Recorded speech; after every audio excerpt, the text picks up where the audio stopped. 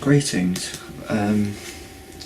another video, and simply because I desire to share bits and pieces of my life, my experience with anybody else who's seeking answers just as I have desired and sought for and examined. I like that saying that there's gold in every bucket of sand, and if you apply yourself, even in ministries, when I first joined and fell into the Mormon church, and the Lord taught me bit by bit, penny by penny, graciously showing me my transgression and then delivering me from that transgression, and through that experience I learned. And then I wanted, as a Christian, as a child of God, and then coming to faith and receiving what's completed, I was looking for somebody to baptise me, fellowship, and all the things you desire and seek for the church, and you don't realise what state the world's in, how the church and the flesh are superimposed, and then you got to work out the imposters either side of the straight and narrow. And even in real, there's even errors in my own testimony and walk and understanding, as there's errors in all ministries. There's human weakness, and when I sought to wonder and desire to learn and grow, and looking for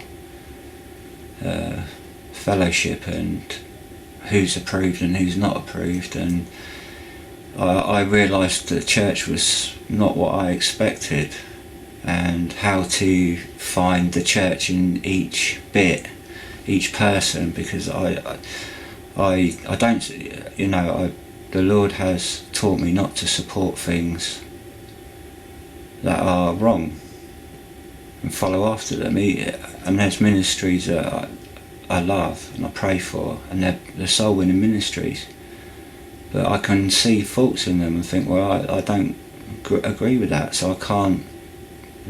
And that's the confusion and that's the diversity, and that's the wisdom in the weakness of Christ, that the church, you can't identify the church, it's in the believer. And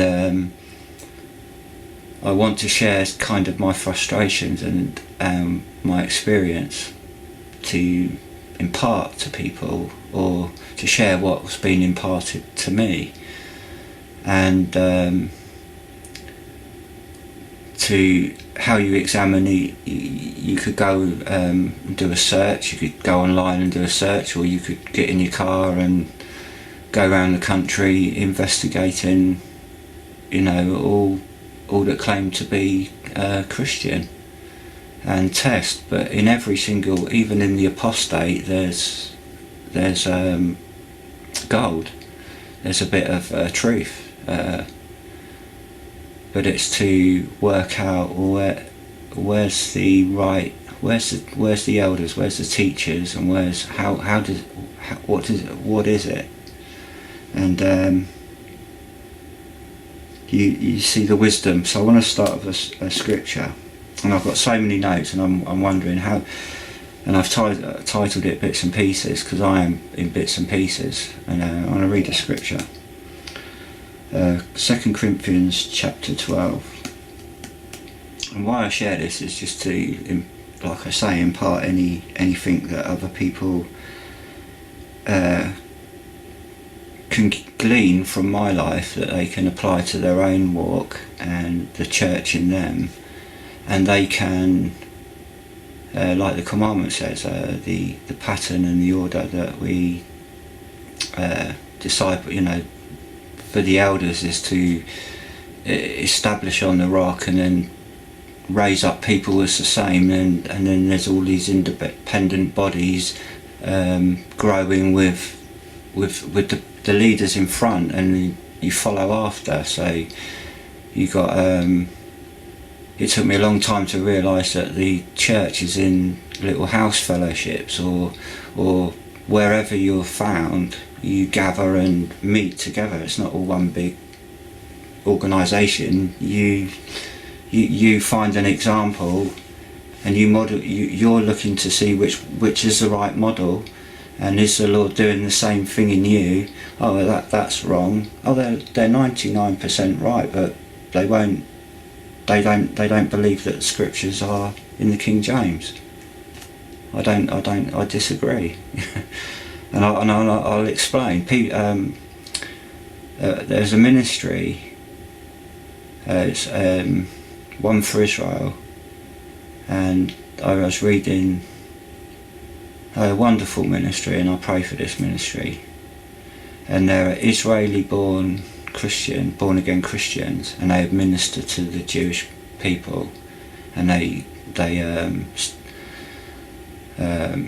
apologetic, evangelical, and they feed the house like a little church body and group. And I think, oh, that's something I'd like to be associated for. So if I'd lived in Israel, that would be probably what I'd go, and I'd speak to them and say, well, I disagree with this, and this isn't in line with the scripture, so what gives? Nothing. So I'd be on my own. And the trouble is, when you're saved and you're looking for that fellowship, there might not be anything available in your circumstances that's compatible, so you have to stay where you are and you have to trust in the Lord. And I'm trying to consider so many different people's circumstances that I could perhaps consider that maybe come across what I've come across, like some people could be saved in a marriage, and they feel they're wrong, or they can't understand how to apply the scriptures, or how to justify their circumstances, or if you're a sinner, how to justify, how to accept that the scriptures are telling you you're wrong. So whatever it is, whether you're right or wrong, you need to search the scriptures. I'm trying to share kind of all the bits and pieces I've learned, and I've written a list, thought of one scripture which I'm going to trust that praying that the Lord will bring it all together, and His grace will be sufficient for my weakness, because that's something I've witnessed by putting my trust in Him and going through my Christian walk throughout my life. And there's so many other areas I've got going to cover in bits and pieces, and so there's going to be my life experience. There's going to be lots of many areas. So it's either going to appeal to you're either going to be seeking knowledge and light, and I can offer something, but to do that you probably have to endure the whole lot. So I'm going to try and put all my prayers and what I've been pondering, what I've been studying, what I've been considering, what I've been praying about, and perhaps throw in the mix a lot of my little experiences, anything that comes to my mind. And I've been sitting pondering, not to think, what can I put on a video, but just pondering, and all these things are coming out and now I think, now what am I going to do with this? Am I going to just sit and get fat on it, or am I going to share it?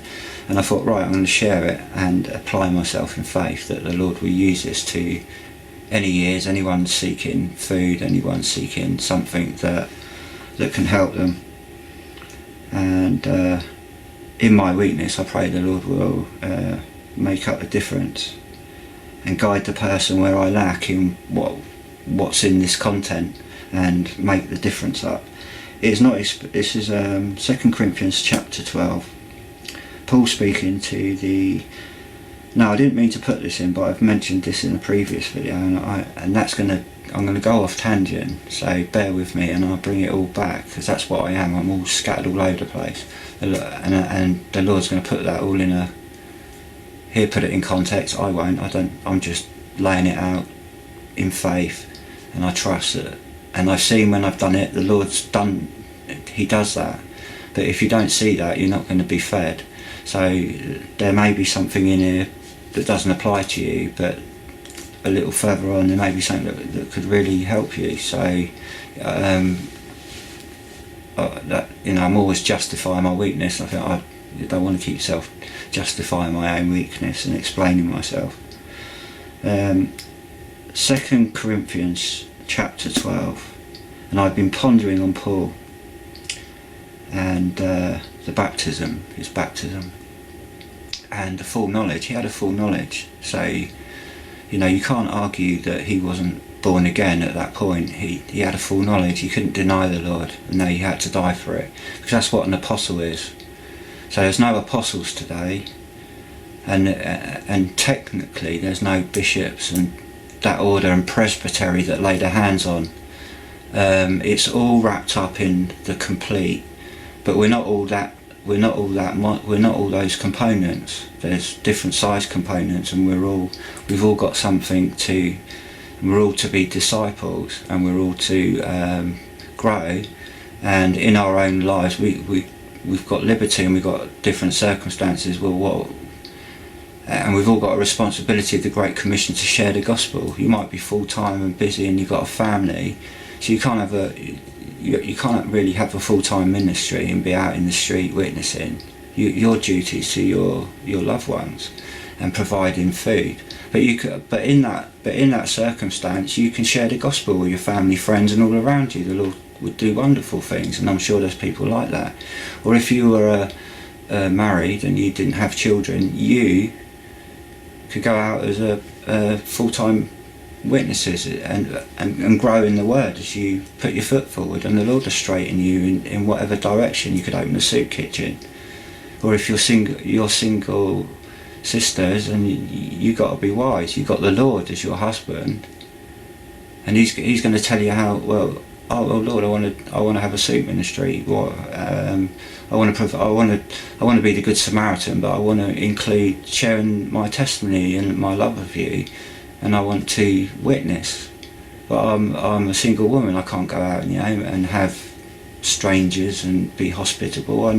How do I do that? I want to do that. How are we going to do that? And the Lord will show you. He'll give you the wisdom. How do I do that? Well, I haven't got a man to protect me, and you don't need a man. You've got the Lord. You could phone the policewoman. You keep an eye on me, and then, just in case. And then it's applying yourself in any given circumstances. I'm not saying that's how you do it. I'm just trying to give examples how people can grow and apply themselves and find their place and in faith, and build their become a discipling others, and being a Berean and all the things, and being a witness for Christ and living for Christ in your personal circumstances. How to apply this is what I really had difficulty with, is normal practicalities, how to blend the full responsibility of the gospel with my own circumstances. And I'm looking around thinking, well, no one can relate to me. I feel left behind, and then the Lord, and the Lord's just saying, well, be patient. I got caught in serious transgression, and the Lord had to, in my weakness, the Lord used that to turn things around. My mum was saved. And he delivered me from that particular circumstance. And that's another thing I want to speak about, something I've experienced: abandonment, sorrow, loss. And I want to reach people who I can relate to, that we've got something in common, and that I've appreciated learning from other people. So we've all got something to give, and we can all share something. It might not be suitable for everybody, but there's somebody out there that will come along, and they'll either listen to you and need it, and it be of the Lord, and that person will gain something for it. 99% of the people might be going elsewhere for sustenance and food, which is wonderful. We're all in the same, serving the same bread. We're all sharing our hearts and testimonies. So I wanted to try. I've got so many things to cover, but I want to just start with this. It's all on this scripture. 2 Corinthians chapter 12, and I could go on to a parallel with 1 Corinthians chapter 12. There's so much wonderful things in the scriptures, parallels and or similarities with the way it's laid out that I don't fully appreciate or understand, but I catch things and wonder about them. But I'm not going to get too much off on a tangent and not be able to bring it all back. It is not expedient for me, doubtless, to glory. I will come to visions and revelations of the Lord. So now this is after Paul. This is Paul referring to him going up into the third heaven, and he's humbled himself. It's not expedient for me, doubtless, to glory. I will come to visions and revelations of the Lord. He's seen the fullness. He's got the whole lot first that we've all got. But he's seen it. He's had it. He's had what we are growing in, and but we've got it. And I knew a man in Christ above 14 years ago, whether in the body I cannot tell, or whether out of the body I cannot tell. God knoweth, such as one caught up to the third heaven. And I knew such a man, whether in the body or out of the body, I cannot tell, God knoweth. How that he was caught up into paradise, and heard unspeakable words, which is not lawful for a man to utter. Of such a one will I glory, yet of myself I will not glory, but in mine infirmities. So Paul's humbling himself there. He's putting off himself. He's putting off his flesh, and he starts in the third person. But if you go down to chapter verse 4, verse 5, he's in the first person. So verse 4 is in the third person. Verse 5 is in the first person. So we know it's Paul. Of such as one I will I glory, yet of myself I will not glory, but in my infirmities. So he was with the Lord there. So the Lord took him up, and he saw the completeness. He had a full knowledge. He was born again. That's when Paul was saved and baptized into the body of Christ. And then he took some time out, and then he had to show himself approved before the church, because Paul's at like a leaven. He's got a lot to fill up what they were lacking, and they were lacking behind, and there had to be a bit of time before they could accept, because he was out to kill them all 1 minute. So there had to be this transition, and that we haven't got the exact time period, but there's a lot of time out and adjustments. And then Paul showing that the Lord working on both sides, and they met and joined, and Paul comes into the church body. But when he was called, he was outside on his own for a while, and he can relate to every single person in life, because the Lord put him there. Like we can relate to. We can't relate like Paul to everybody, but we have the ability by the Holy Spirit to put ourselves in someone's shoes and learn what it would be like. But we've all got something to give in our circumstances to bless another one. But it's by grace and not by our own works. That's where it becomes difficult to apply and grow graciously, rather than run out because that's what I was like. I'd run out and try and, this is how you need to be, this is how you need to be. But the Lord was saying, draw back and just rest in me first. I didn't know that. I was like, oh no, the commandments. Go and witness the gospel. Well, hang on a minute, come back here, you. We ain't started. And through those errors and transgressions. And as long as you don't stay in a transgression, you ignore, you don't want to learn, you don't want to be corrected, the Lord will give you over, just leave you. But if you're in a transgression, I suppose we're all in transgression. We're not perfect, but we've got that forgiveness and grace and that assistance, that completeness every day to navigate us in our circumstances. Verse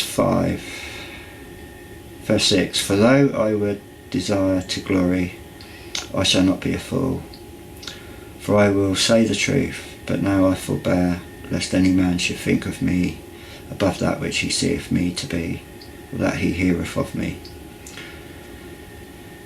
And lest I should be exalted above measure through the abundance of the revelations, there was given me a thorn in the flesh, the messenger of Satan, to buffet me, lest I should exalt above measure.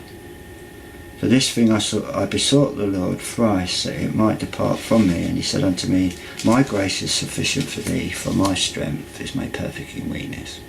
Most gladly therefore will I glory in my infirmities, that the power of Christ may rest upon me. Therefore I will pleasure in infirmities, in reproaches, in necessities, in persecutions, in distresses, for Christ's sake. For when I am weak, then I am strong. I will become a fool in glorying. Ye have compelled me, for ought to have been commended of you. For in nothing am I behind the very chiefest apostles, though I be nothing. It's almost like Paul's the pattern of the Alpha and Omega, the fullness and the least, all at the same time, because he is the expression of Jesus. He is like the fullness in the man Jesus it's in Paul. I became a fool in glorying. Ye have compelled me, for I ought to have been commended of you. For in nothing am I behind the very chiefest apostles, though I be nothing. Truly the signs of an apostle were wrought among you in all patience, in signs and wonders and mighty deeds. And he's referring to the 12 apostles. For what is it wherein you were inferior to other churches, except it be I myself was not burdensome to you? Forgive me this wrong.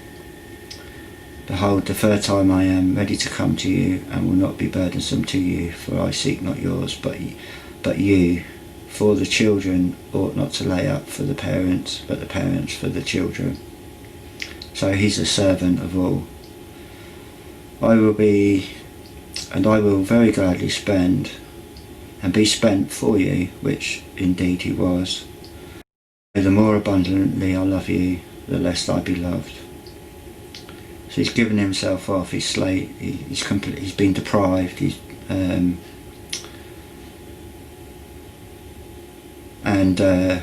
Put off his flesh. He's put off his appetites, and suffered deprivation in his conversion. That the Lord prepares him for ministry, for everybody hereafter, or then after, and hereafter. But be it so, I did not burden you, nevertheless being crafty I caught you with guile. Did I make a gain of you by any of them whom I sent unto you? I desired Titus, and with him I sent a brother. Did Titus make a gain of you? Walked ye not in the same spirit? Walk we not in the same steps? Again, think ye that we excuse ourselves unto you? We speak before God in Christ. But we do all things, dearly beloved, for your edifying. So he's given the example, the pattern, for all behind to come, to be filled. For I fear, lest when I come, I shall not find you such as I would, and that I shall be found unto you such as ye would be. Lest there be debates, envyings, wraths, strives, backbitings, whisperings, swellings, tumults. And lest when I come again, my God will humble me among you, and that I shall bewail many which have sinned already, and have not repented of the uncleanliness and fornication and lavishness which they have committed. So, speaking of, you could apply that for the Lord's return and how we're found when the Lord takes up his church, the church body of believers. And but I wanted to really cover the Paul's weakness and his flesh, the thorn in his flesh, and I'm trying to find parallels in my own life, and I cried to the Lord to help me give up all my people wouldn't know this, but you wouldn't. My appetites were probably 98% of my appetites have been dealt with, and that little one thing that I'm stuck with will open up all those appetites if I was to just turn from the Lord and let go of it.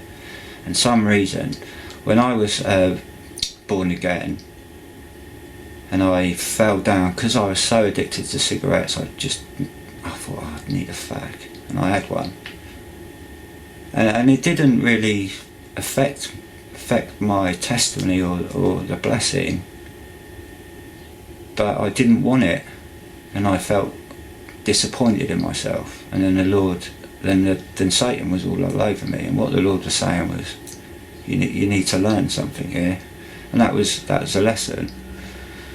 And I did straight away. I overcame it.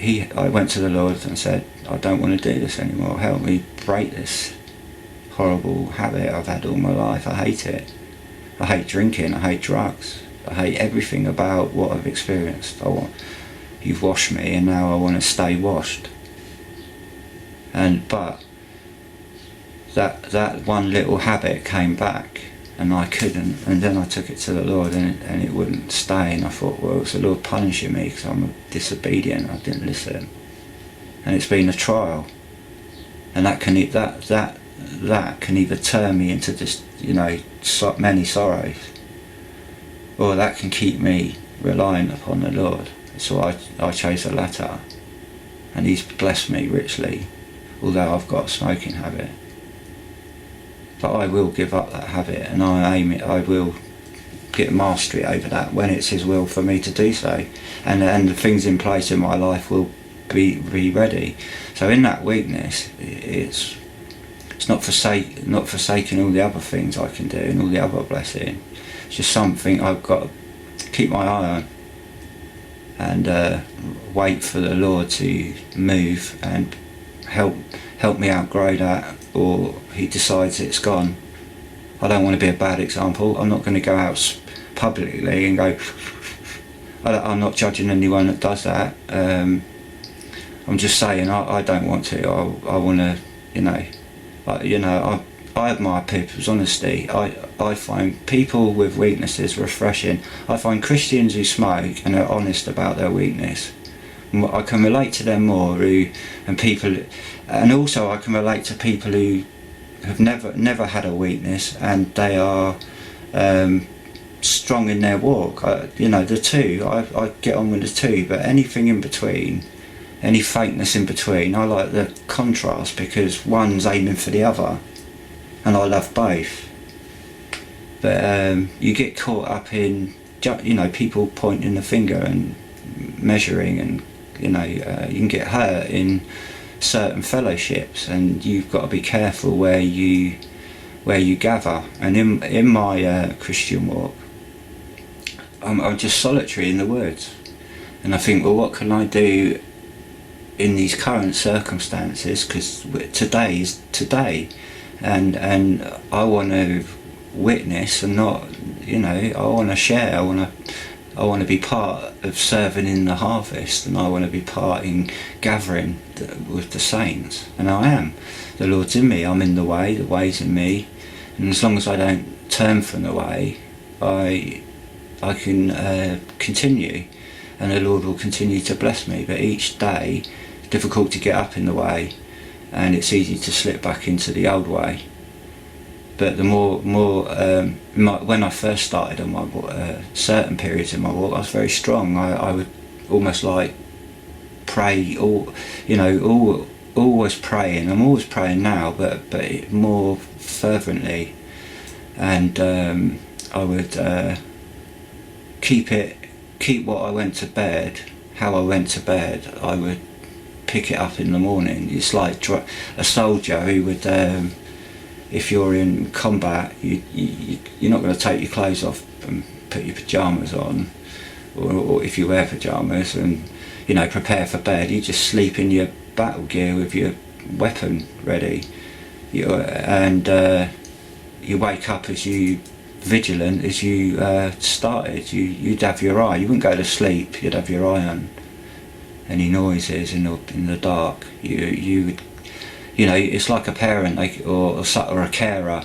They can get into bed and think, well, I'm going to keep an eye on the baby monitor, or I'm going to keep an eye on any noise just in case I need to be up. And if you got your eye on it, you'll have a rest, but as soon as that happens, you're there. And that's kind of practice and just believing it works. And it's like I used to not have an alarm clock for work. I just used to know, I don't want to be late for work. I'm just gonna, get up early, get up before I need to. And if you go to sleep with that attitude, you would get up before your alarm clock. I set an alarm clock just as a backup, but I hate alarm clocks, so I'd rather get up on my own strength. So getting disturbed out of a sleep without your choosing is like, how dare you? So I'd rather get up before the alarm clock, so I could, and I'd just spring up. With being interrupted out of a sleep, I was always all groggy. But if I had my eye on something to get up for, bing, I'd just be up awake. I wouldn't hang around. I'd just be up. And that's how I try and kind of live my life today. But I do suffer with bad habits and slackness, and go saggy in the middle, and I've got to pull my socks up, or have the Lord pull my socks up. But Paul's weakness, so we can debate on what that weakness was, doesn't matter, but he had one to show us that we've got them. We've got transgressions, and we've got to trust in the Lord while we are where we are. And you might not get mastery over all your sins at first that you've got with you, but the Lord will work through you on a daily, moment by moment basis through yours, and you've got to trust him. And if you're in transgression, there's friction, and then the Lord will be with you. He's not forsaken you. He knows you're in transgression because you don't know any different. How could you? You're a child. And then he will lead you onto the still streams and help you rest. It took me a long time to rest in my salvation. It was at the end of my walk, my end of my life now, from when I started, and I'm not saying the end of my walk, that will never end, but from the time I started to the time now, it's been the latter end that I started to rest in the Lord, rest in my salvation, and appreciate it rather than worrying about what I need to be doing. What I needed to do was start in that first base, rest, and appreciate your salvation. But I started in the wilderness with all this corruption around me, people netting over me that were there before I was saved and they're there after. And you think, well, what have I done to get that? And the Lord's going, well, don't worry, I know that they're there, and I'm going to use it to my glory. And I go, Lord, are they going to kill me? I don't know what's going to happen. I know that these vicious people have been in my, they're in the world. They were there, and I can then the Lord opened my understanding to all of society. Then he showed me how it all works through the scriptures and study, and the little by little, 1 penny, 2 penny, 100 pennies, a pound, £1, £2, £100, £100. Then and up it went. And then the Lord edified me in the areas I was trying to understand my circumstances, and that's what I'm trying to share and reach people in different circumstances, but with the same Lord, and following after the same, following after the Lord in the Word. So I'm just trying to impart some of my experiences and how and what some of the correcting some of my mistakes. I say things and I make. It's not always. I may miss something.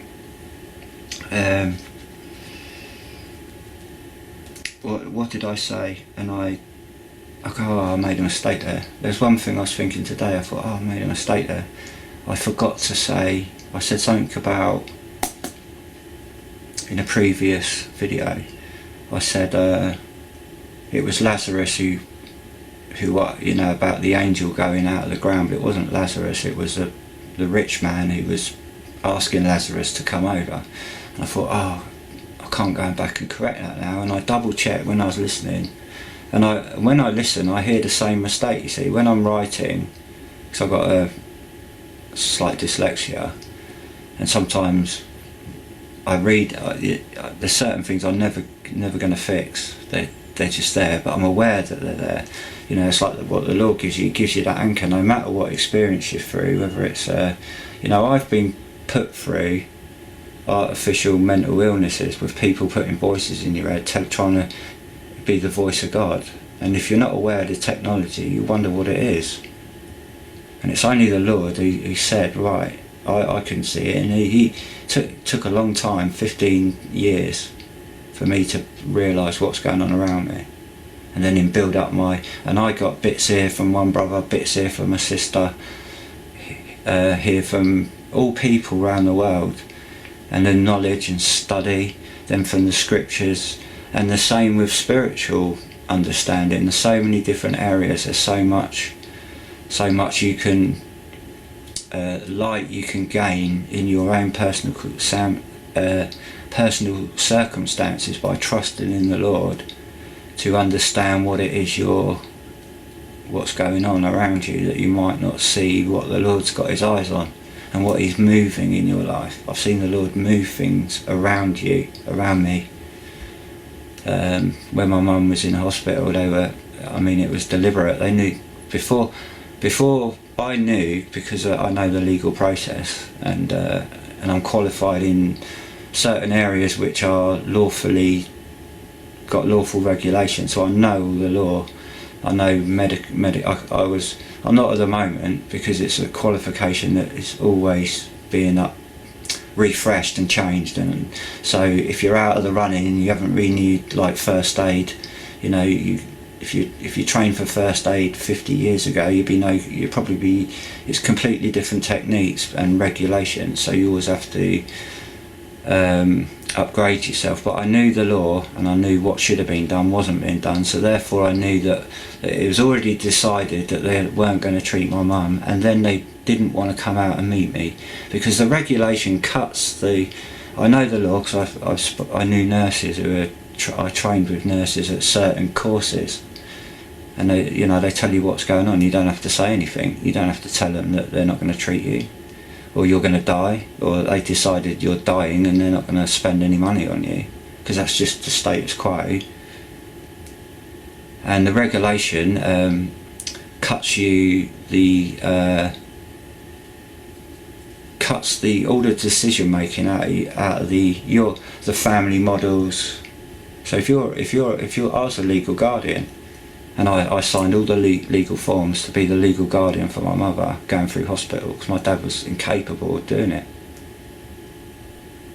And they just go, and you say, what have you been discussing about the care? Would you please come and inform me what's going on? Nothing. No, get stuffed. You're not in the picture. You're not considered because you're not an expert. And then when they lie to you, you realise, well, I already know what you've decided. It's apparent because what you should have done, you haven't, and now you're trying to lie to me and keep me distant. So I had to fight that, and I had to meet it. And then they start rattling the nurses to make your life difficult, keep you out of the mix, and then all the time you see what they should have been doing, they weren't, and they're covering it up. And it was and I saw the Lord go, right, you do this every day. And we had there's other brothers and sisters. I met other brothers and sisters who worked in there, and we were praying about it, and realising what it's so dark and calculated, and they knew what they were doing. And then when you're in the room, when you finally get to meet them, and I know how powerful these people are, and how the devil is around that, reinforcing it and moving things as well against it. But I saw the Lord part the ways, get my mum, help me get my mum out of there.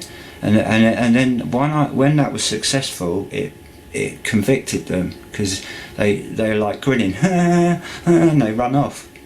I had people turn around and walk and go through a locked door. They couldn't face me.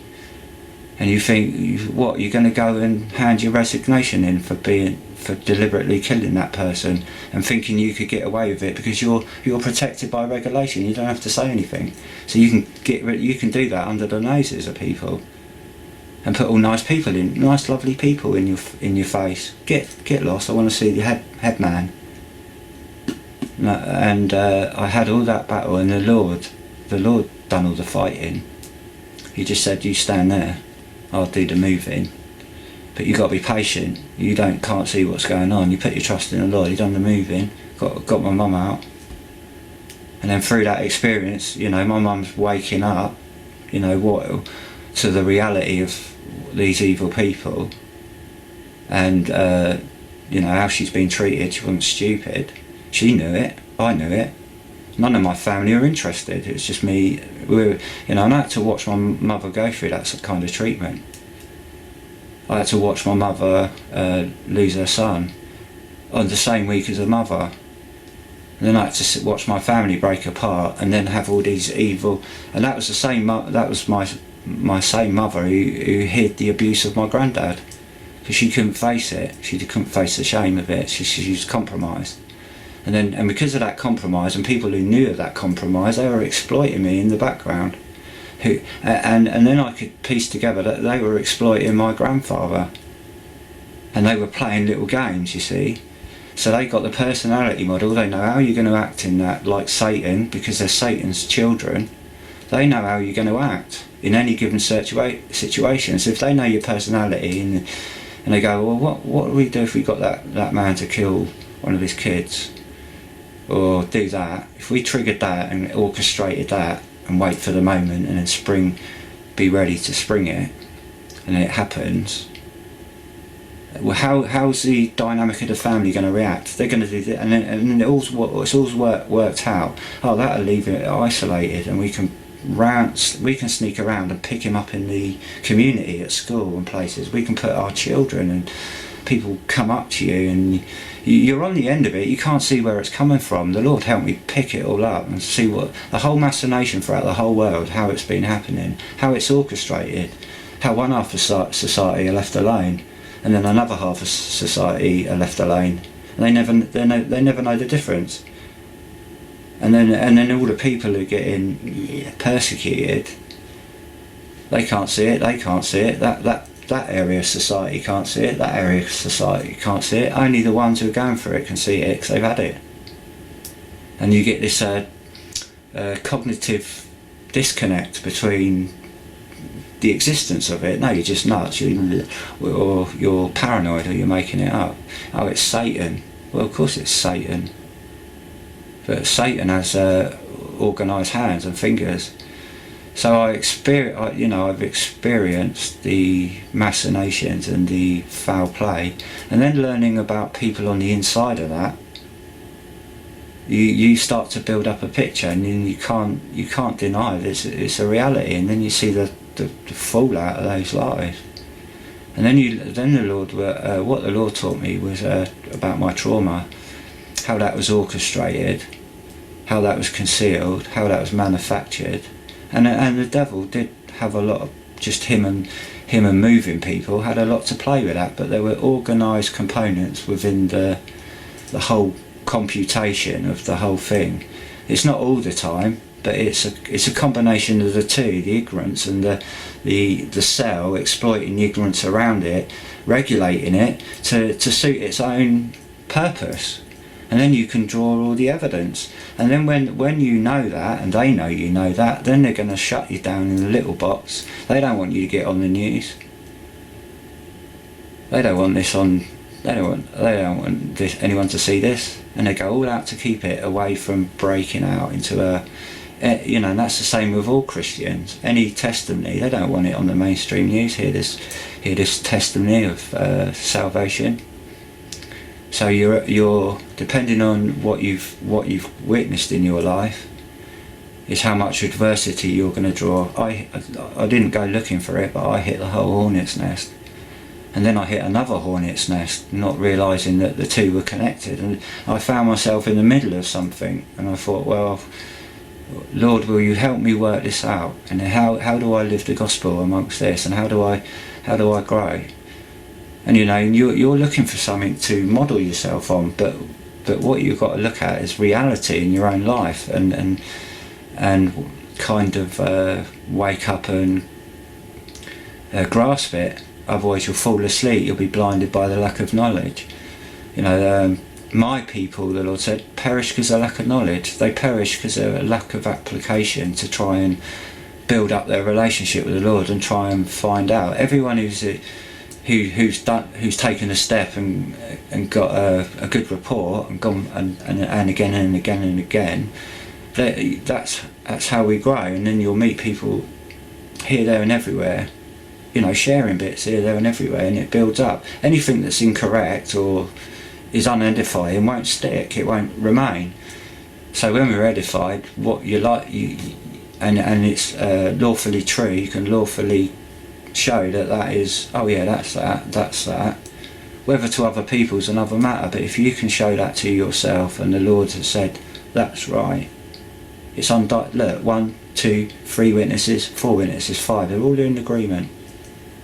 Testimonies, you get all these variations of testimony, but you all get the truth is all the same in all of them, and you can't deny it. It's only if you're like, if you don't know what the truth is, you don't know how to measure truth, or you don't know how to extract what's a lawful witness and what's a lying witness.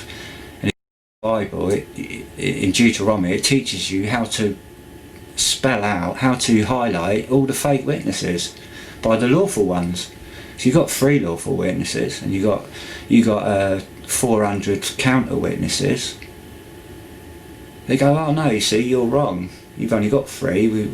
All these different counter mixes that are saying confusion, causing division and confusion, and then the Lord will come along and put a 4th there, and then a 5th, and they all line up, and all the lies, deny it, trying to muddy or fizzle up the water, and then the Lord will bring another witness, ding, and there'll be a straight, sharp, swordy line cutting through, and people can, through the discernment of the scriptures, get truth from anywhere, from any person, from Christians, from their own experience, directly from the life experience and the grace of God, or through the grace of God through someone else's life, whether they're saved or not, whether they're good or whether they're bad. You can get edification from bad examples, not by following them, but by realising what the consequence is. So I wanted to just share that and see if I got anything else to chuck in the mix that I just wanted to impart. I said something about hospitality. I didn't mention hospitality. I made a statement that said, and I think of my own circumstances. I hope people don't model their circumstances on my own, and then I'm not quite giving a true impression and missing something out that I'm aware of. But when I state something, I'm stating the truth, but I'm not. There's other things to consider. I said something about about separation. I'll give you an example of when. Now this is a transgression after, and the account I gave you of the hospital of my mother, my mum and dad, and I'm living at home with my dad because my dad can't look after himself, and I was caring for my mum and getting her out of hospital, and then I found myself, I'm here now, and there's all this business. I won't go into. I've gone into it in another video, with them fighting a corrupt local council, local building site, and housing association, and they bullied my parents off their property, and worked on them with all the evil that they had access to, all the techniques, all the psychological stuff, all the spreading lies about community, turning people against you, putting people to persecute you. These were criminals. And then you see another picture there, and then I got two parents in. I thought, well, Lord, am I transgressing here? Is this justified that I can mix with my family? And so I had all that doubt, you see, and then it affected my walk. But the Lord showed me through that. He knows what he was doing with my family, and then he showed me why my dad was like that. And I realised, hang on a minute, my dad's been doctored and he doesn't know it. My dad's completely disassociated. When my mum was here, he could go out to work. When he comes home, he just switches off. I thought, you're trauma-based disassociated. Is that genetic? Was that an accident? Have you had and I grill him, have you had a car injury?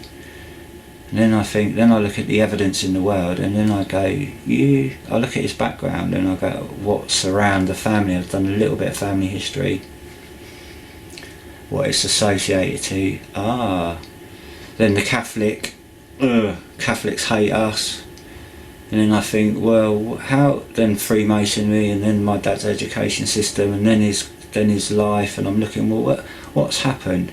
And I'll give you an example about dissociation, and I'm thinking, well, my dad's been doctored, I've had that experience. How do I understand what's going on here? And the Lord's showing me things little by little, and I gathered the evidence. Still certain things I may never know.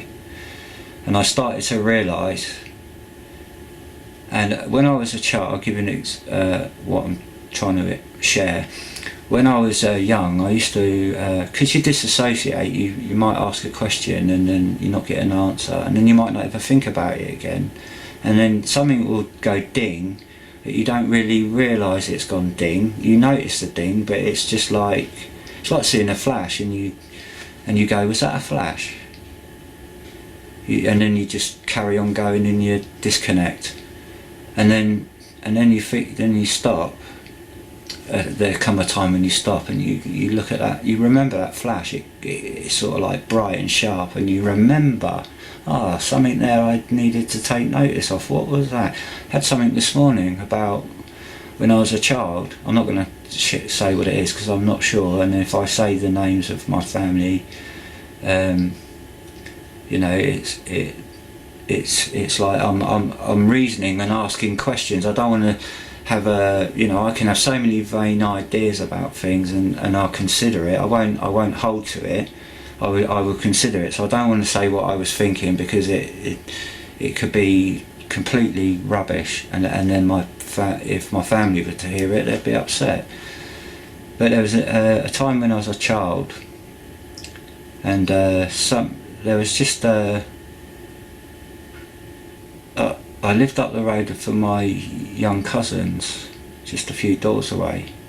My mum would keep an eye on me and let me go up the road and knock on the door, see if they wanted to come out to play. And one day I went up, and something happened. I knocked on the door, and I knew they were in there. I could hear them, but they wouldn't answer the door. And I thought, well, why the lie? Why hide? What's wrong with me? Something like that, I thought, right, well, perhaps it didn't hear me. I'll pick up. And I was looking around for something, because it had a really heavy door and it hurt your knuckles.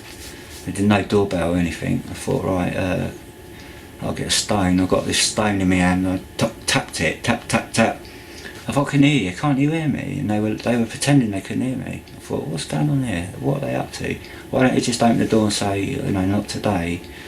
And I thought, what's going on? Am I like something wrong? I'm like, what's the transgression? And I thought, right, I'm going to bang louder. And I whacked the door harder for getting impatient. Thought, why are you playing that? Why don't you be honest? And just tell me. I'll go away, we don't like you. Children don't like you. Or something like that. Or what? And I'm thinking, well, there's something going on. And that thought come to me. I don't know what it is. I don't think it was anything to do with me. And it may have been just, an inconvenient moment and I was a child. But that something this morning brought that to my mind to make me consider it. Whether it's just to convey the idea, I don't know. But there's things that stick out in your memory in hindsight that you go, flash, have a look at that, and you ignore it, and then you'll get it again. Have a look at that. And one of those things was when I'm thinking about it in hindsight, and I can remember the points where I thought about it before for a little bit and put it down and forgot about it, and then I've been paying a bit more attention to it over here and then put it down and forgot about it, and then I've had to pay attention about it and I've kept the whole lot, you see. And now I'm reviewing all those things and then put it being edified in those points. So I'm building up, the Lord's helped me build up that bigger picture. One of those, right, the thing was, now my dad and my grandfather were both working in the same place and they were in the MOD. This is the time of my birth.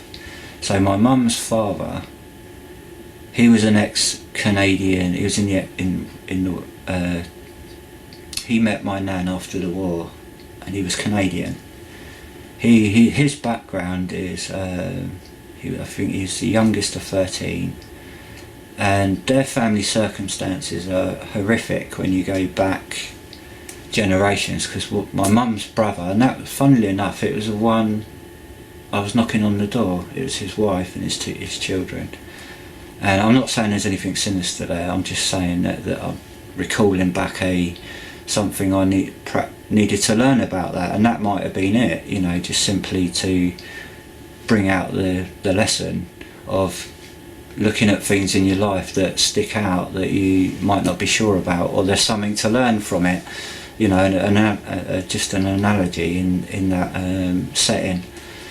And my granddad had abandonment. He was I think his mum died shortly after childbirth, and the father became he was set up, I believe, reading between the lines, he was set up to fail a payment, so he defaulted on the money he owed, lost all of his property as his wife died, and he had 13 children to support, so he had a breakdown because of the hurt, because it was done publicly to humiliate him.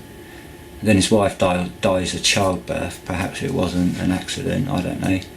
And I think, well, those families are still around today, those generations of those families are around today. I'm not saying I'm going to hunt them out and get revenge, I'm just saying, just to throw that in the mix to consider. And so the children, and this is the Catholic Church, they had Catholics around them.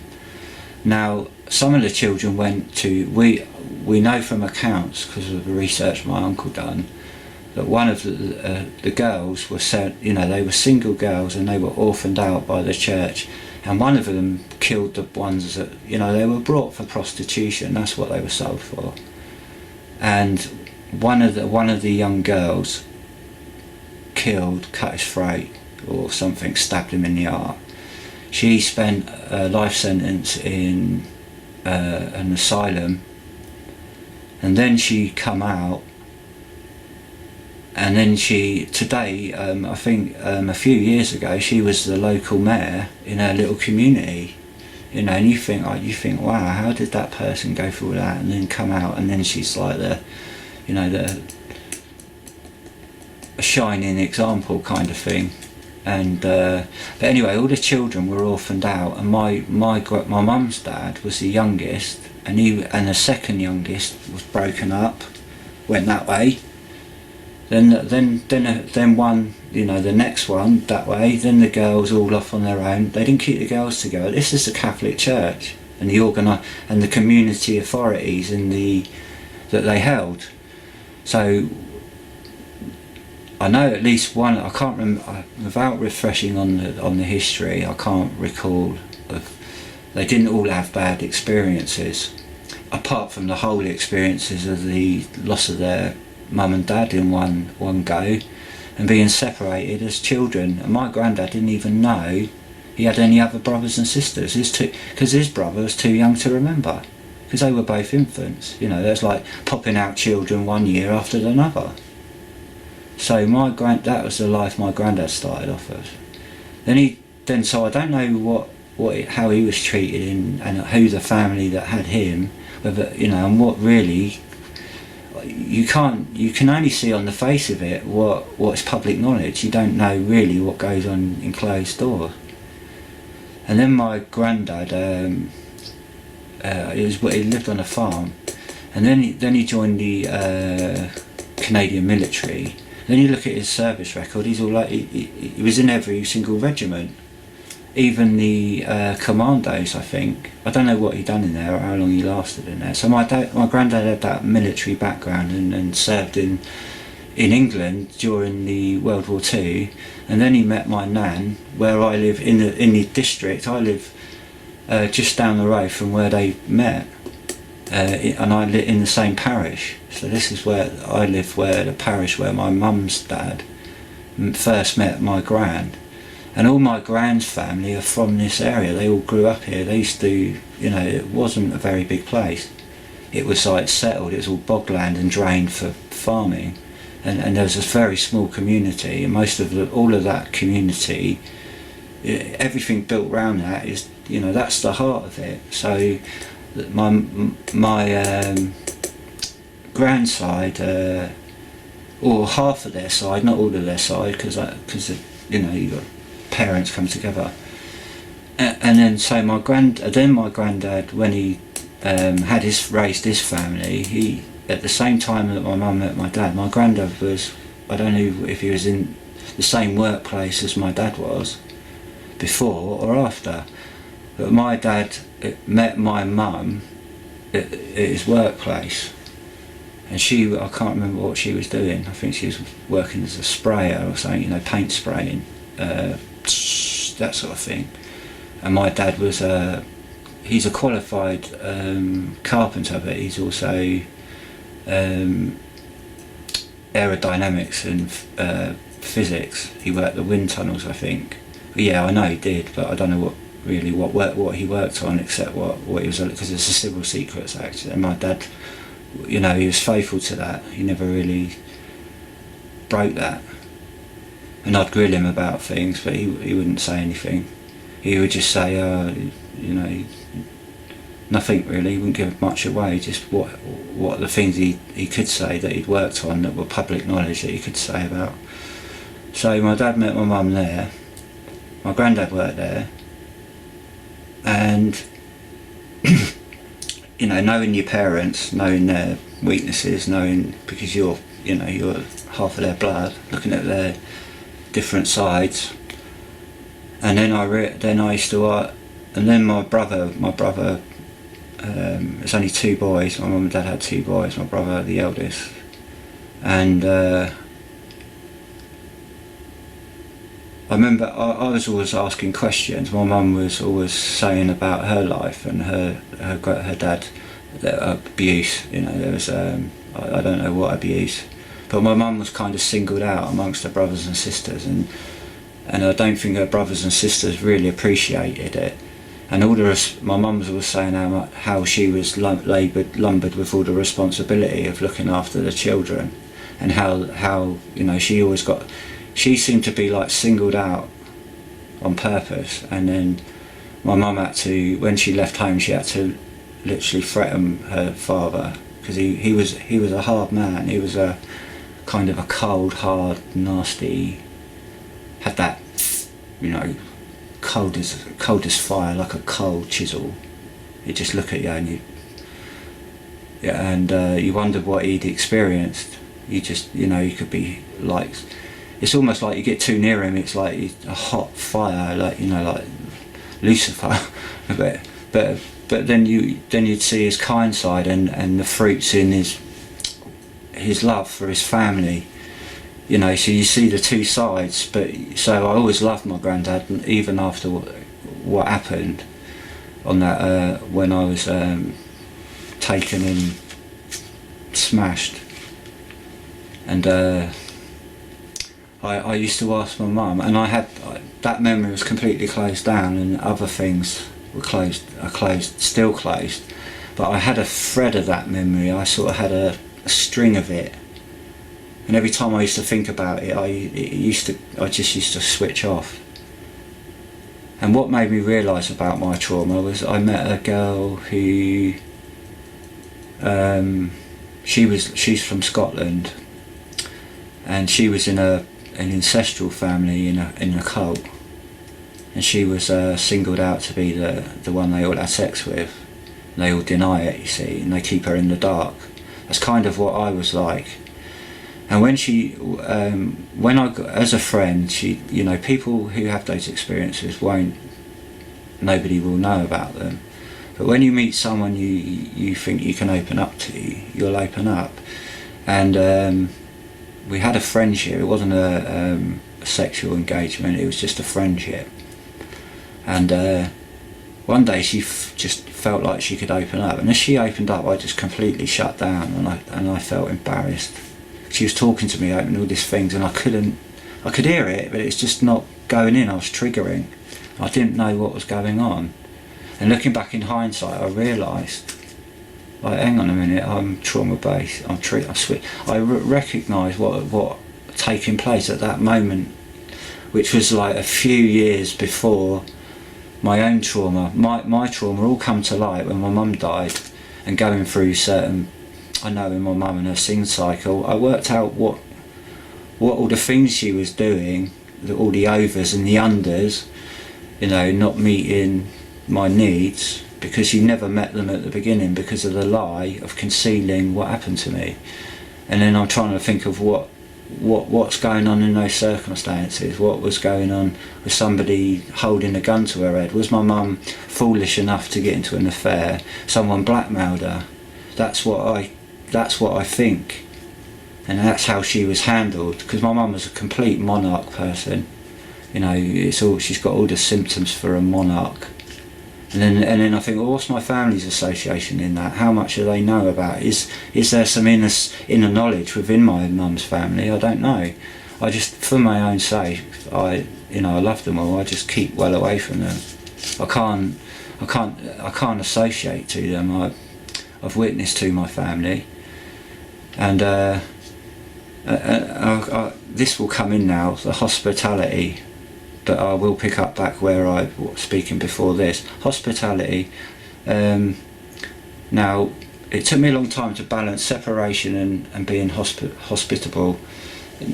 I'll give you an example. The other day, a friend turned up, and because of my conscience, I hadn't seen him for a long while. I just invited him in but in an enclosed, in my kitchen, nowhere else. I didn't let him in and he could stay and do what he likes, bring all his mates in and all his baggage. No, I was just hospitable. And then, but on further examination, I worked out he told me what he's involved with, and I said, well, I can't accept that. And he wouldn't see anything wrong with it. I said, look, I'm going to ask you to leave, and I rebuked him. And he went out. I had to get him to get out because he's unrepentant in what he was involved with, and he was bringing it into my home, and if I didn't say nothing, I was as guilty, so I had to sweep him out. And he looked at me like trying to argue that I was in the wrong, and I said, get lost, you reprobate. You know, and he claimed to be a believer in Christ. And I pointed him to the scriptures, and he's like, nah.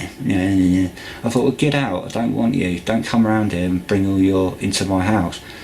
So I'm not hospitable, but I wanted to put that in the mix. You can open your door to someone, but you know, you got to be careful who you're hospitable to, and you question.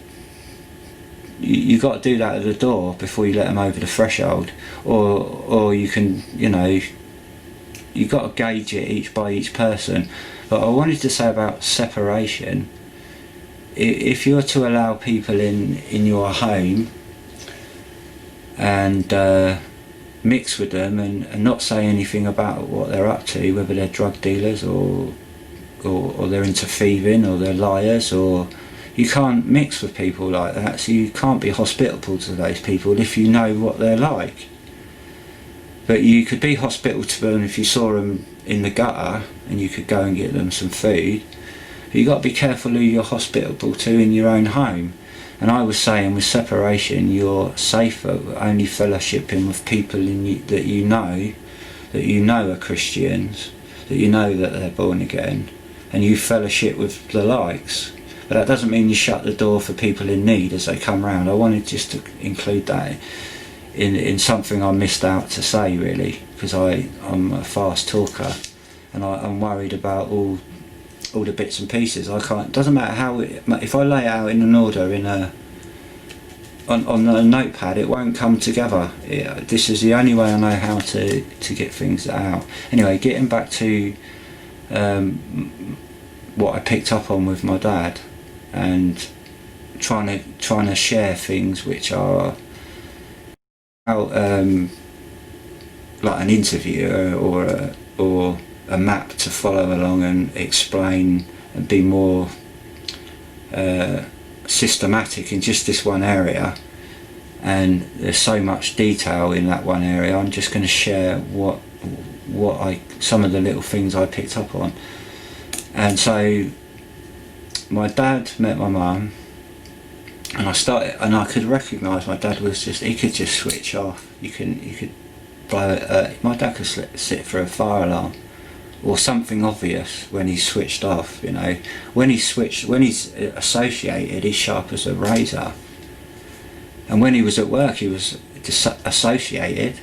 When he got home, he disassociated. And then he could have his own interest and associate to them. But when he was in, and I could see something, there was an emotional disconnect. He couldn't, and he didn't understand it. And I'd ask him about it.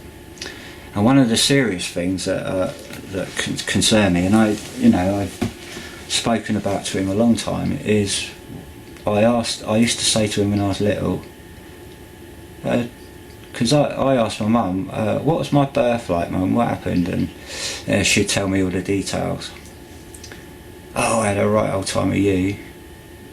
Yeah, and she never told me she told me her dad was there, but she never told me why my dad wasn't there. And I as a child, I never thought to ask the question. It was just like, well, that's odd. And I'd ask my dad, where were you on my birth? And he'd go blank. I'd go, that's odd. Where were you when Mark was born? Oh, blah, blah, blah, blah, blah, blah, blah. I wouldn't be resentful. I never had anything to be resentful or ungrateful or he's got more than me. My mum done a fair job in meeting each need, although my brother was before me. But I was so disconnected, I didn't think about things like that. To me, my brother was the apple of my eye, and I followed after him, but I had that handicap, that dissociation. He didn't have it. But my dad had it. So I wonder if it could be genetical, but it's too severe to be genetical. And then I'd ask him, and then I'd make the connection between the MOD and my granddad being there, because they're in the same thing. Are there people arranging this? And I can notice my dad can be handled like a disassociate. He could be led around by the right component, and they could lead him away. And I thought, well, Dad, where were you? And I said, you can tell me anything. And he said, I honestly don't know. And I said, don't that concern you? And he disconnects. And he can't grasp it. He's just not there. He switches off. He's like... And I bring it up. I say, look, this is serious. Aren't you concerned about it? And he goes, and I said, you should be concerned about this.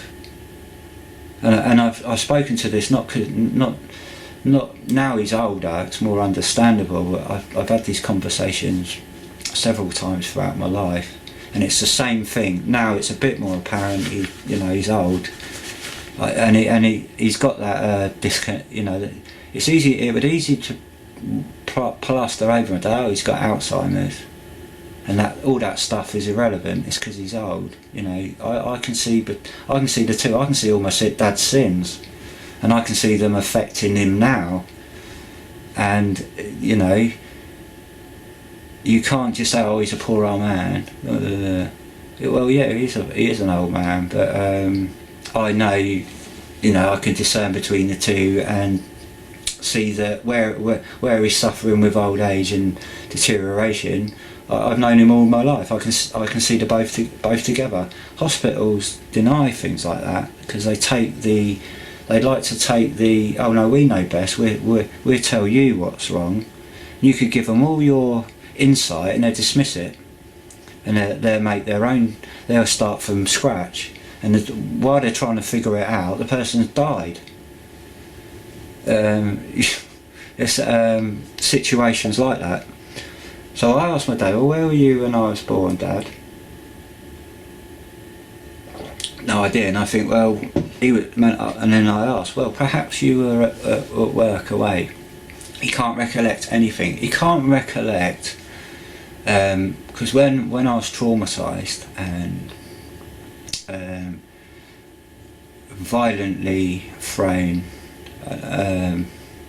by my granddad, just thrown like a piece of rag, you know, over glass. It was all deliberate, and it was a violent explosion. And I have to question, well, why is he so angry? What, you know? And I can see all the components. I'm asking all the questions, looking for edification, of trying to piece it. Well, what's going on here? Then the concealment of it, and I asked my dad, how on earth did my mum get that into the house? Because the amount of scars I got all over, the amount of blood, I was like red. You know, I'd been dipped in red paint, apart from my head up, because I had my head off the ground when I went over the glass, and that was just the start of it, and then after, that's what shattered me, and that's what was blacked out. Not necessarily the whole lot, but the bits that followed. The severity of it was written out, but I had little traces. But every time I thought of those traces, my mind would jump to something else. So I'd never recall them again until the Lord decided, oh, you need to look at that, and then suddenly it all came back. Well, not all of it, but the main impact of it came back, and then and that was halfway through my Christian walk, and then it stopped me in my tracks. I thought, well, I've got to figure out what I've been through here, and piecing all the other things, which connects to trauma-based mind control and playing on families, and looking at all the machinations through hospitals and midwifery, trauma, how it dissociates. So you can be the component that the person has to come and be the service provider. So you break all the children, and then they need service providers, you see. And I could see all the tears. And you think, oh, is that just circumstantial? Is that being manufactured? And then I started to realise, oh, that's big. This is organised. This is, you know, and then I could see in society who it's happening to and who it isn't. And then if you're in that bracket, you got ignorance on your left and on your right, and the only people who know are the people who are doing it. And when you say something, they all come out of the woodwork and have a go at you, and they just go, oh, you're paranoid, you know, the devil, you know, you're paranoid, delusional. And then you apply yourself with knowledge, and they don't want to listen because they're not interested. So you think, oh, I'll try and share my story with people, like like the Lord moves through people, and you pick up bits in here and there, trying to piece together, and then you realise you've got something in common with someone. And you also realise what you've benefited from someone else, that you've got something to give to somebody else. And that's where I felt that the Lord was moving me, and then I grew, rather than trying to expect, oh, I'll do this as a ministry, I'll do that. And I ended up where I am today. So that's kind of how I grew, and that's only through faith and trusting. So I never got an answer from my dad. He doesn't know. And he just disconnects. He's too old now. He can't. He's just. I don't want to wear him with it. and I forgive everybody involved anyway. And my mum is saved. I don't know about my granddad, but what can I do? It's over. And even when he done it, I forgave him. And I could understand why my mum could conceal it, because you know the just the embarrassment of it, and I totally understand that kind of thing. But that doesn't make it right, because what I had to suffer through her hiding it from my dad. Why did she hide it from my dad? You know, and why? Where was I after? She couldn't have taken me home because of all the scars. You know, my skin was wide open. All the scars I've got, all down my legs, all up my arms, all over my chest. You know, and some of them you can't see, they're so fine. But I saw them because I saw all the blood come out of them. And I saw it just go from being pinky, and then all the cracks opening where the cuts were, and then just all the blood poured out. And then seeing that, you just go, it's like the life coming, your lifeblood dripping, and that's what it is, your lifeblood coming out of you. And then I got the second wave, and I shattered, just can't remember anything. And so I was trying to pick now. I thought, oh, what's gone on there? And I re-asked my dad again. And also, I know I was sodomised, but I have no memory of it. I just have the memory after it, and I've got a good idea where those places happened. But there's a lot of things don't think I'm ever gonna recall. I'm not saying not ever, but maybe not in my lifetime, because perhaps they're too horrendous. I don't want to recall them. I've got enough. But I know that there's something, but I don't know how. I know it and what it's involved with. I just don't know how much, and so that will be something in the Lord's own time. He will unfold for me. And that's what I seek. I'm not seeking justice. I'm just seeking truth and answers and understanding. And that's what I think. That's what everybody's seeking. They're not necessarily seeking justice. They're perhaps seeking somebody to understand them, have somebody to relate to, so they can live a life more, more peaceful life, and move on, and grow and experience some good things in life rather than all the misery and bad things. So I had that question, well, who manufactured that? And also there was problems in my mum when I was in the womb, and then I've looked at that and I can't prove it, but that was manufactured. I know that was manufactured because the lies, the medical reason they give is impossible, and they just say, oh, we was wrong back then, we didn't know, but somebody knew to create that.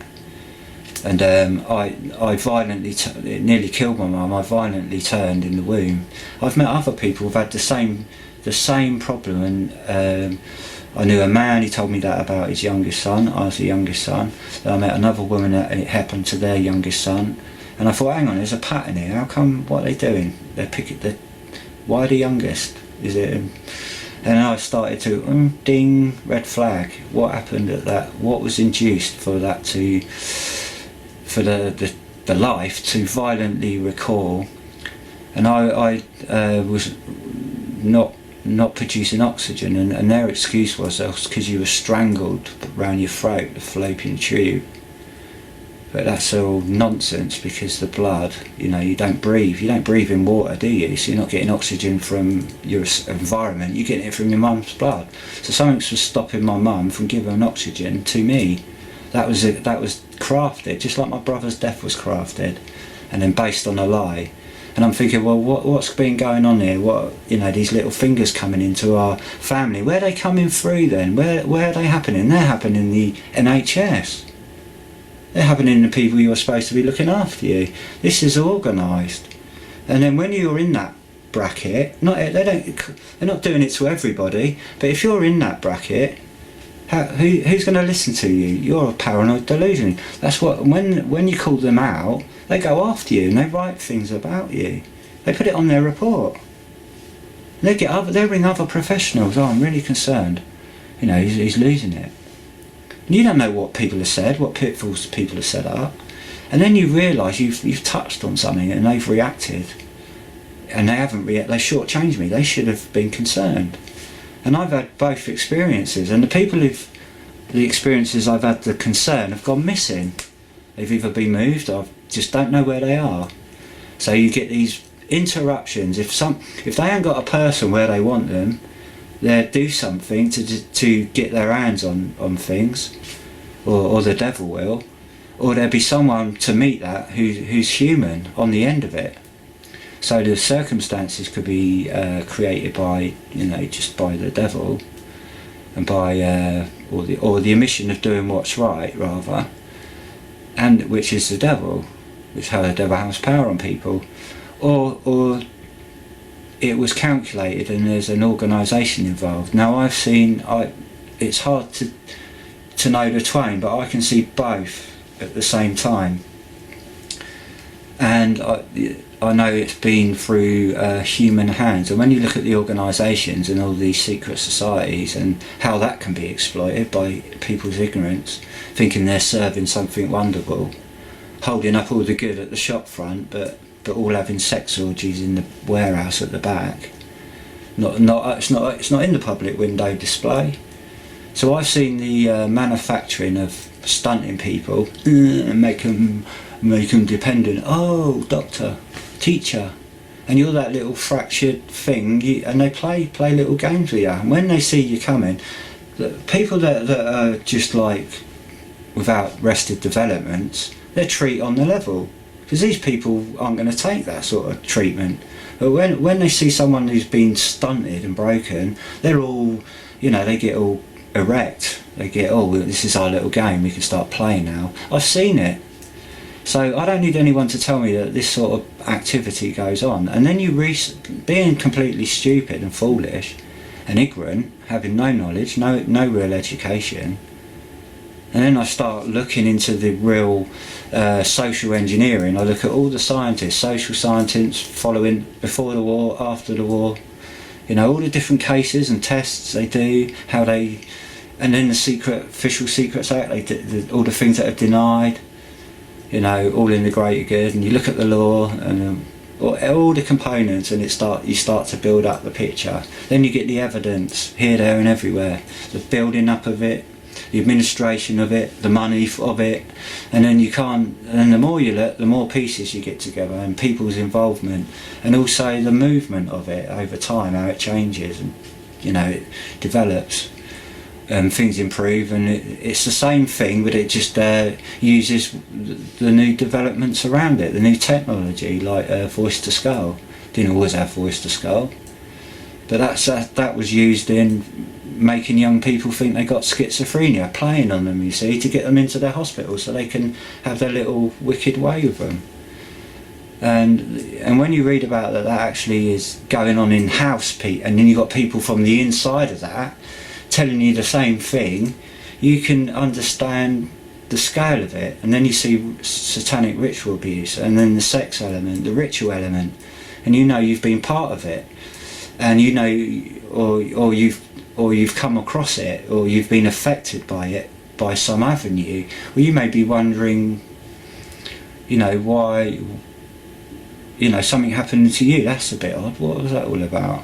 But have no knowledge of, or any other time that you've come across it. So I wanted just to convey that, just to share that perhaps something I say will help somebody. But that's basically how the Lord is sufficient for my weakness. He's sufficient for all that I've lacked in my circumstances, in my transgressions, and He's led me, and He will. You know, I can see what He's done behind me. I can see what He's doing currently, and I just hope, you know, enjoy and look, appreciate the moment, and pray and trust that He's taking care of everything. And so, if you're a person wondering, well, how do I be a disciple? What do I do? What's my responsibility? How do I apply that?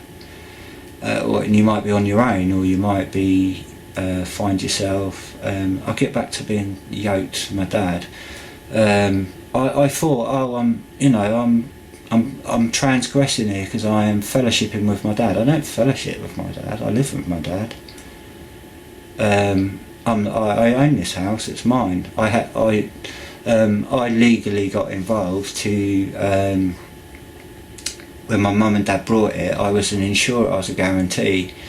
And when they went through that corruption with housing estate, my name was added to it as a joint owner without my awareness of it, and they exploited my. I can just see where my dad's dissociation is exploited, and then that leaves my mum to pick up the bits, and then she's exploited because people get hold of her. The devil gets hold of her with his agent and works on her, and then gets her to handle my dad. My dad could be so easily led and handled with the right model, with the right person for his personality, and he'd play up and, yes sir, no sir, no, he could easily be led away into the wrong things, or exploited.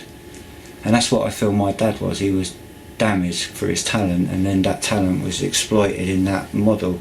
Now whether that's just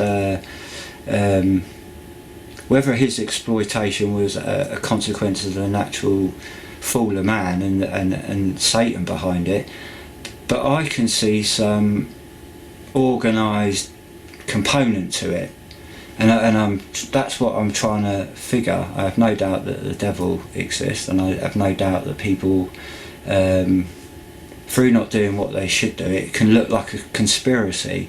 But when you see it too often, and then you see similar activity which is organised, and when you piece it together you think, well, it must be organised because that piece and that piece, it couldn't just be in a random coincidence.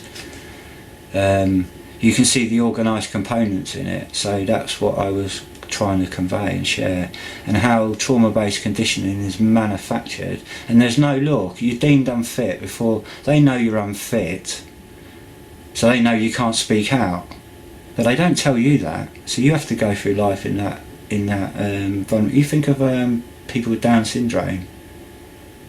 They take them into care for their protection. I'm not saying all care homes are bad, of course they're not, but how about there are, have you ever considered that there are places where those people got no defence, they got no legal advocate, because a whole lot's taking them into protection, so no one can get in there.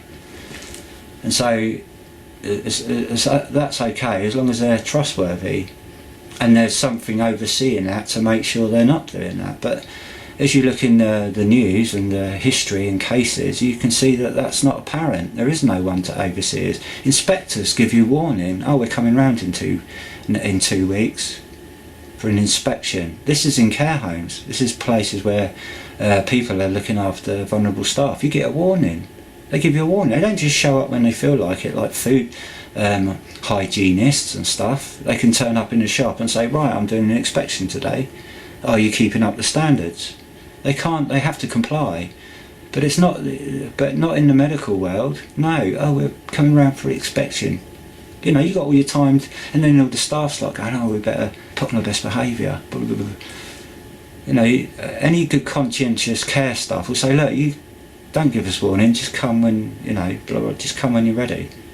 You take us as you find us. But if you've got any concerns, you just turn up, and you'll see that we're not. We're doing what we can, and we're honest about where we need. Where we struggle.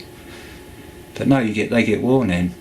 So I started to see this, and started to pick up the pieces, and I could go on and on and on about all the things that I've witnessed. But I certainly know that there's these little model families around that are picked on, and when you see the net of the Secret Service or the private shadow intelligence bodies that can net around you and do the electronic harassments and the tailing and the gaslighting and all that stuff that goes with it, all the psychological warfare, all the little subtle psychological moving things in your house, getting into your house, moving something and then going out, and that's all they do, or moving something around, leaving little things, little symbolic signs to do with something they've been involved in your life, just to let you know that you know, they know that you know, and no one else would know. How they exploit people around you, you start talking about it, they're someone to report you, they'll plant someone there to wait, they'll dig you a hole, they'll wait till you've been talking about it to your neighbours, and then I'll keep, how are you? And you keep going, blurting it out, oh, I'm being threatened, but I'm being targeted, I'm being, you know, tortured in my home. And then they'll have someone in the neighbourhood that will put themselves for you to pull that out, and they'll go and ring up the social services. I'm worried about my neighbour. You know, that you could be set up like that. You don't know. But if if you got the Lord, you don't have to worry. The Lord will. Anyone who's digging a pit for you is going to fall in it. And you just got to stand your ground and trust the Lord of what's going on around you. And if you are in that circumstance, the Lord will deliver you. They won't get that near to you. They'll be there, but it won't bother you so much. But it will aggravate you at a time.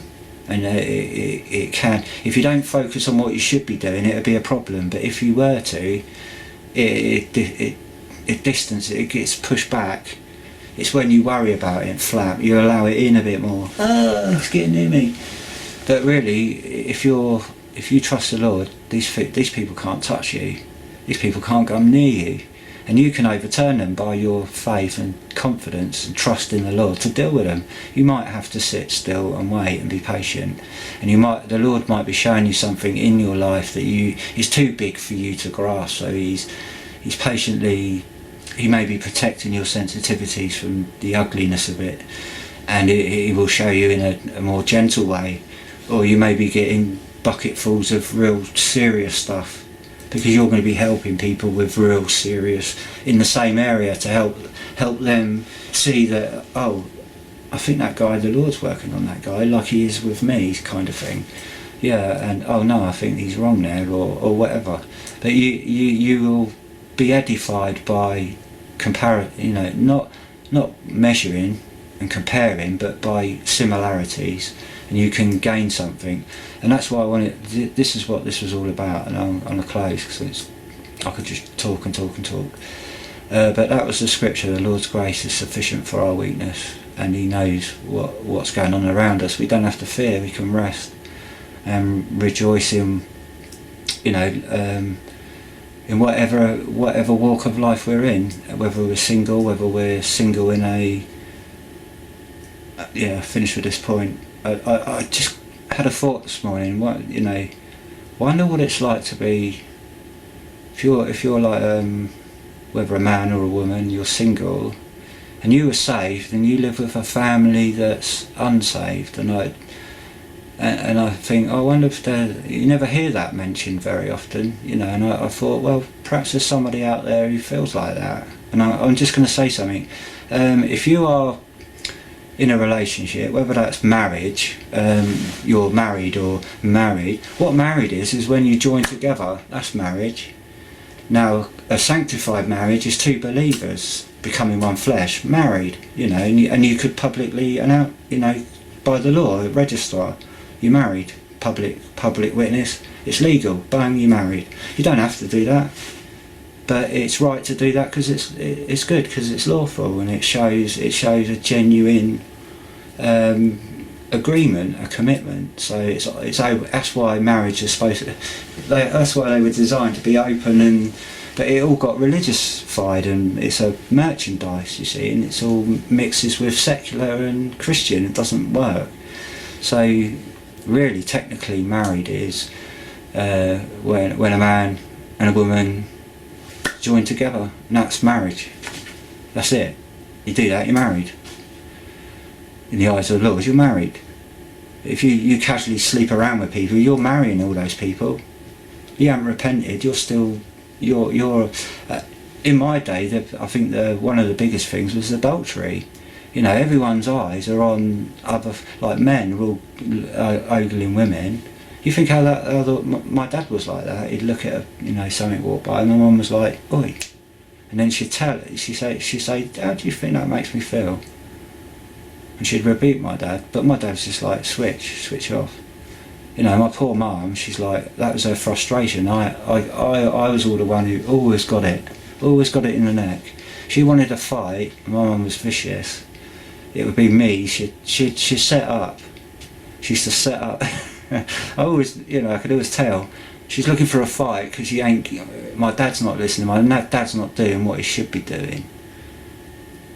And he was a stubborn, hot bull, and my mum would put all her frustration. I was the only one who listened, you see. My brother was just like my dad, would get out, I don't want all this, woman, blah, blah, blah. And I was quite compassionate, and I'd listen to my mum. And I'd heard it so many times, my mum's sin cycle, up and down like a yo-yo. All her guilt as well with me, so we had that sick connection, and the only reason I suffered it is because I cared for my mum, because I knew what she'd went through, and so I always had a lot of compassion for my mum, and I was always the one to get the thump or the knife or the dagger or the bite. And then she used to pick a fight, a trench, and she'll ask a question, and whatever you say, it's to trigger it out. She think, how can I bring this and turn it into a fight? And then she'd say, "Oh, I want to work with you," or something like that. And immediately it would be nothing to do with it would just be, she'd just go off on a puke. And I wonder today, learning from what I've seen in life and what adultery does to families, and that was common. It's all on the telly. It's all it's all engineered. It's social engineering. The devil's hands and those commercial bodies, mammon, and those vicious, more calculative, surgical fingers that get involved. And I thought, I wonder what if people struggling to, because when I lived with my dad, I thought, am I transgressing? Am I not separate of my dad? And then I prayed about this and realised that I was justified in my circumstances. I wouldn't be justified if I was agreeing with my dad and not saying anything. I separate the two. I've got this. It's like living in a block of flats. My dad's the landlord. I'm the landlord. I live in one part. He lives in another part. So I'm separate in that regard, but I live with my dad. I don't sit and drink beer with him and get drunk. Watch telly. No, I administer, but I've got my own separate sanctuary.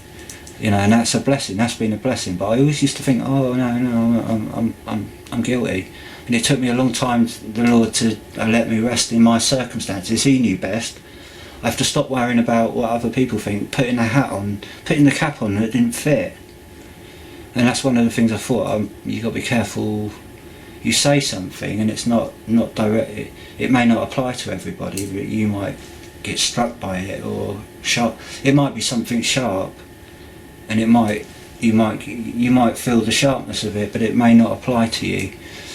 And I wanted to think about, well, what about people who've grown up in perhaps an unbelieving partner, and how do you weigh that up with Scripture? Is that justified for you to be with that partner? And I personally think, applying the Scriptures, if you go by if you're joined together in one flesh, the believer, if they're born in that circumstances, are justified by the mercy of God until that other partner is converted, or if they separate for a reason other than, for infidelity would be a reason to separate, or beating, or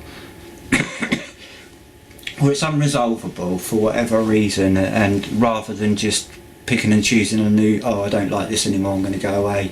But if you find yourself in that position, I think the Scriptures now I may be talking into thin air and there may be nobody hearing. I'm just thinking of people that may not, like myself. I haven't found people I can relate to everywhere, so I just wondered about that today. So that person, because that's a similar circumstance I'm in, I can relate to, because I live with my dad. He's not a believer, but my dad's not in. There's no danger of him letting people in and the wrong sort of thing, and I'm affecting my testimony. So it's not holding me back, because I'd be in the same circumstance even if my dad wasn't alive or not. So people may feel caught in a relationship, which would be, I imagine, if your partner's not saved, would be very hard. But that's, the Lord understands all things, so He will help you live through that. He helps us in whatever circumstances we're in. I think that was about all I've got for now. So, but I wanted to share that because I just had a heart to share that, because I think, well, I know what I went through. Because when I looking for fellowship, and it's all been the Lord's leading, because I know He's led me out of the Mormon church, and He said, and basically it was like, He didn't say it verbally, but it was like, you stay here in your own closet and then wait patiently. I'm not patient, I'm impatient. So I'm just trying to reach people in similar circumstances that may be on their own and wondering where to go for fellowship, and panicking and trying to, I better go to church, it's a commandment. No, you can break bread in your home on your own in fellowship, as long as you're not mixing with people who you shouldn't be, like criminals. You wouldn't allow someone into your home that was involved with burglaries or murder or rape and not say anything. That's fellowship with darkness, and that will affect your testimony. If you live with somebody who's an unbeliever, and I imagine if they're involved with crime, well, you're stuck with that person, I imagine, but you are sanctified, you're justified. Then they may not be. The Lord's merciful towards them till they repent, but you're secure, and you would have to manage your life circumstances through that, and have your set aside your scripture study, set aside your prayer time, set aside, because you wouldn't have that relationship with a partner. So you would have to do that among your own life circumstances and family or whatever. But separation, I've covered this in about fellowshipping with the wrong Christian, and how you'll take upon the whole lot.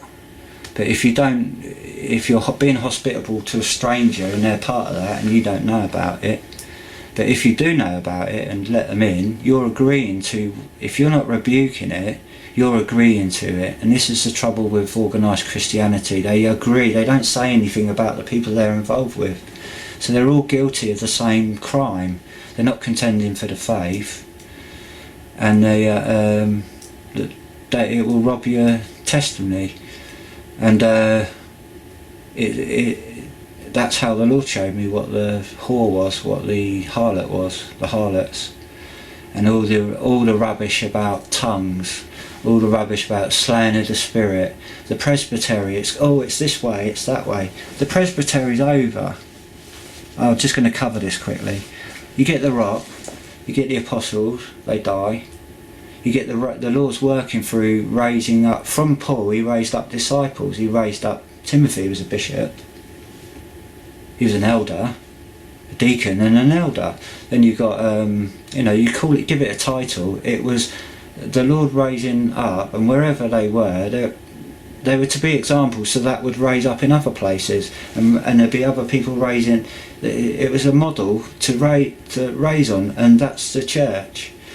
There's no laying on of hands anymore. There's no casting out demons with the name of Jesus. That's the 70 and the apostles. That was a demonstration of the Lord's glory. And then it's all wrapped up in a rock. It's finished. It's laid, and then it's built on top of that. So that's why I said, Paul said, I'm not come to baptise, but baptise is a commandment. Believe and be baptised. But if your circumstances you can't be baptised, you just have to trust the Lord and until an opportunity presents itself, or you meet somebody you could perhaps fellowship with and baptise. The Lord sees all circumstances, so baptism isn't what saves you. And so the work's complete, and the church today, the Lord will raise a leader out in the world, a leader here, a leader there, and then from that we're made disciples, and then we model that, and we could, ministries grow and fellowships grow, house churches build. But if you're single, it's hard to find out, well, where should I go and fellowship? But I'm trying to relate to those people and look at all the circumstances and look at all the components within that transgression, sin. You could be involved with something you shouldn't be, or you could be associating with people you don't really paid any attention to what you're associating to, and you need to. And if you continue in that, you're going to be hurt.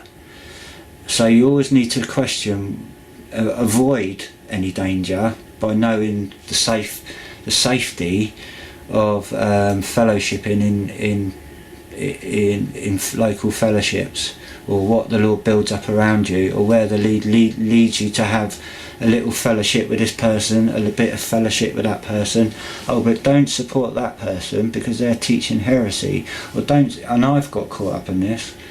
And you've got to be careful what you subscribe to. I'm not talking about YouTube subscription. That doesn't mean you subscribe to what you might be subscribing to, because you could subscribe to something you want to keep your eye on.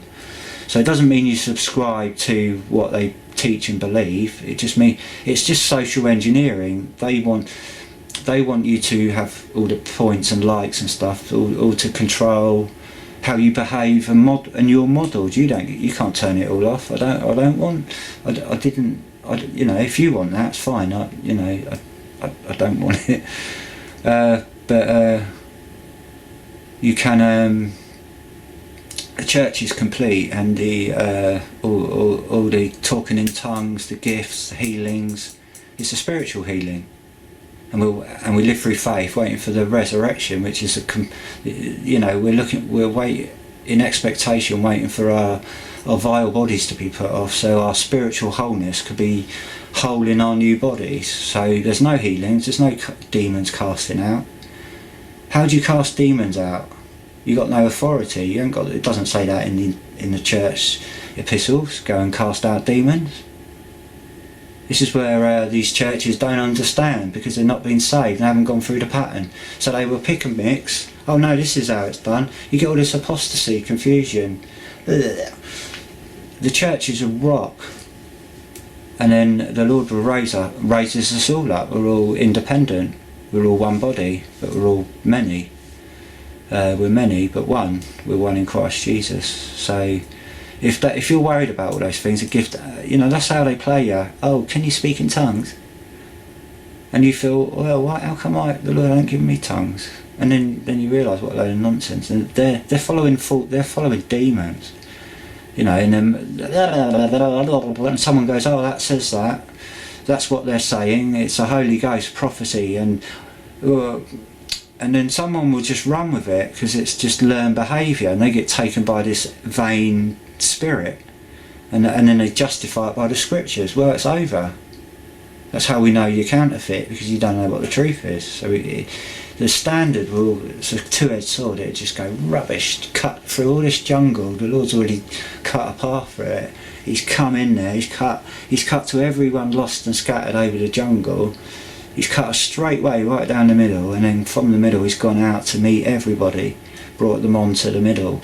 And so from that, all the rubbish, all the fake, all the healing, all the things. You've got to be careful. You've got to be tested. If someone comes up to you and says, "Oh, thus saith the Lord, a prophecy about you, you're going to do this and that," you want to try that spirit.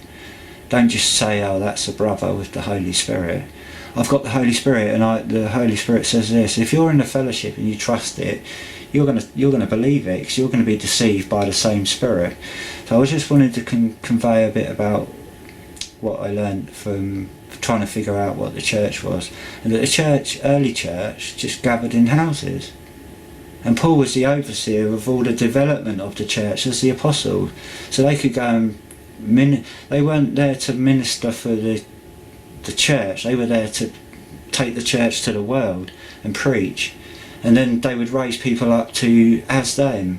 They weren't spending around doing temporal ministry, like ministering temporal needs like food or things like that. They were to get the gospel out, to get the word of God out, and then to oversee the building up of the components. But everyone's been given the same commission: go out and make disciples, pray for labourers, pray for the free course of the word. So if you're wondering your place and confused about doctrine, or who's telling, which church, none of the churches are true. None of the organised churches are true.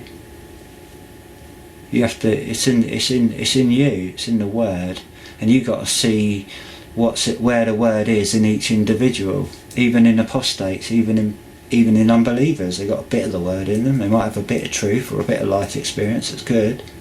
That's the Word. That's of God. Good conscience, anything that's good and praiseworthy, and that isn't contradictory to Scripture and the fruits of the Spirit, is good. It's of God. Look at creation. There's nothing to do, it's a fallen creation, but it's still glorious, and it's of God, but it's fallen, so it's still glorious in its fallen state. Praise to God. So I wanted to convey those little snippets, bits and pieces, because I am bits and pieces, and the Lord's grace is sufficient for our weakness. And I'm going to close there, and hope this has been a blessing and edifying to someone, and I wish your hearts well, and God bless the Maranatha.